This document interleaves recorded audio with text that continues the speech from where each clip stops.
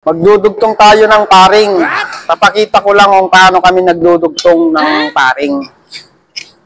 Ito, putulin ko lang maliit kasi tutorial lang naman to eh. Papakita ko lang kung paano. Ayan, tupin. Naputol ko na kanina. Ayan.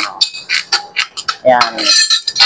Yung pinakamadaling pagdugtong, tanggalin mo na lang tong palikpik. Ayan. Palikpik ng paring. Ayan o. Tanggalin na lang yan.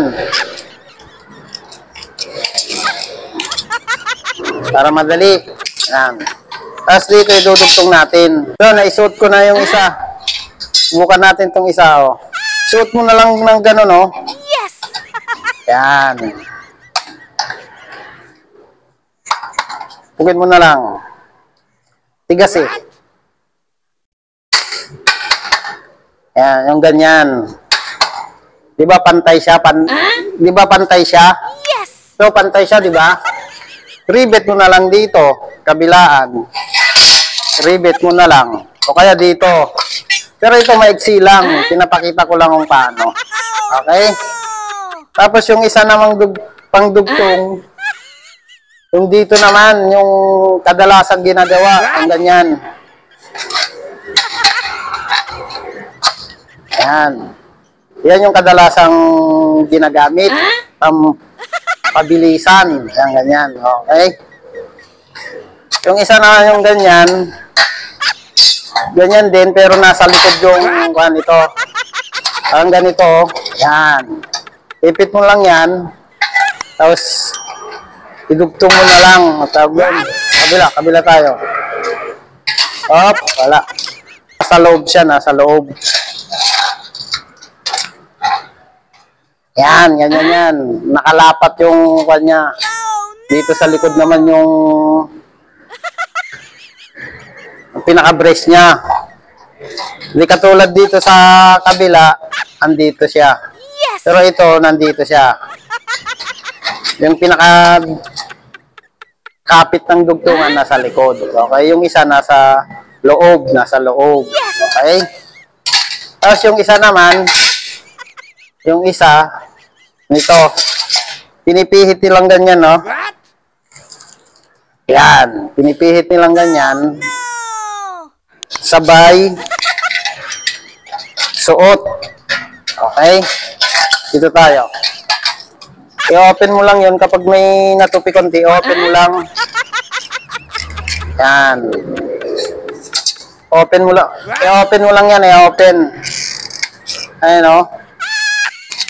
Ayaw ah. Yan, okay. Putulin natin.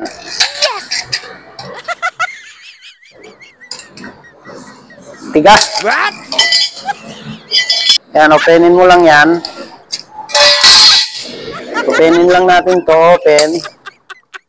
Kasi naka-yupi pagka-gunting. Okay? Tapos isusuot mo to dyan. Susuot mo. Ayan. Susuot. Susuot natin dito. Ayan, susuot. Ayan, ganyan na. Ayan na, okay? Wow! Ayan, di ba ganyan? Parehas sila dito. Okay? Pero yung isa nasa loob. Parehas silang nasa loob. Di ba nakayupi yan? Ayan, nakayupi yan. Hulog. Yan ko lang. Di ba nakayupi yan? Pukpukin mo na lang.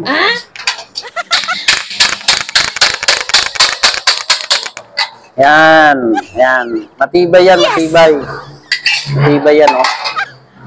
Yan. Ito ang matibay pero mas matagal idugtong. Rivet mo ulit yan. Ito ang magandang pang-rivet. Pang-dugtong ito. Rivet mo na lang ulit dito. Either dito sa side. Kaya dito. Kaya mga dugtungan lang naman, okay lang naman yun eh. Kahit hindi ganong maganda. Kasi matatakpan naman ng hardiplex eh. Ang nagpapatibay naman sa kanila yung hardiplex talaga kung ilagyan mo na ng hardiplex eh. Kaya okay lang. Pinapakita ko lang kung paano kami magdugtong. Lalo kapag medyo may mga quality control. May mga engineer na gusto yung mga pulido. Gawa. Pero usually, pag hindi naman bumibisita yung mga engineer, matatakpan naman agad ng hard deflection, di na nila makikita. Babaklasin nila yun. Ayan. Wow. Ayan. Halos dalawa. Itong isa pala. Ubutit. Ang tagal. Ito yung kadalasang ginagawa, pinagpatong lang. Ito yung pabilisang gawa dugtungan sa project. Ito, pagpatungin na lang. Ayan, pagpatong. Kapagpatong. Yung iba naman, ito, nakapantay siya. Pero yung pinakalock niya nasa loob. Okay, pinakita ko naman kung paano ilagay ito sa loob, di ba? Yung niyuping ganon.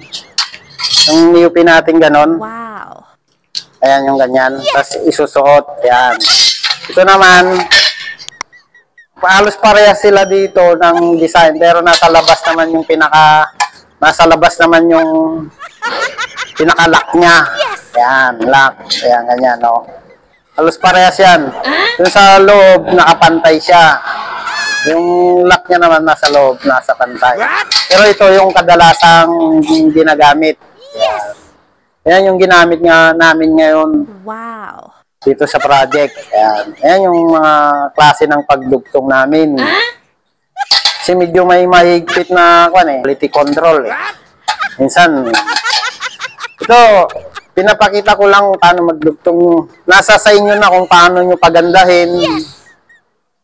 Kung ano yung taste ng inyong mga supervisor, mga foreman, yan. Minsan kasi may mga foreman na talagang gusto nila quality. Hindi naman makikita kasi kapag nilagay mo yung hard deflex, wala na, hindi nakita, di ba? Eh, useless ito. Ito yung kadalasang dinudugtong. Yan.